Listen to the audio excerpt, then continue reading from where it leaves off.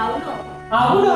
దేవుడిచ్చిన నిజమైన సహకారి ఆ స్త్రీ ప్రేమించటోను నా ఇతర సహకారులతో నా ఇతర సహకారితోను దేవుడిచ్చిన సువార్త పనిలో నాతో కూడా ప్రయాసపడినవారు గనుక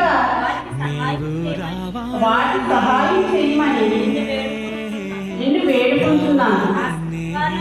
ఆ సహకారం పేరు జీవగ్రంథమందు రాయబడి ఉన్నాయి.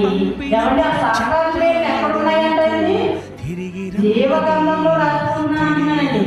ఒక ఎస్తేరు దేవుడు కోసం బతికిందని ఆ పేరు ఎక్కడ రాయబడింది? జీవగ్రంథంలో రాయబడిందని. మరి మన పేరు ఎక్కడ రాయబడింది? తండ్రి మహాలోకంలో రాయబడదని. సువార్త పనిలో పాలివారిగా ఉండాలి. ప్రతి పనిలో నేను ఉన్నానని ముందుకు రావాలి. ఎందులో పరిగించకూడదండి.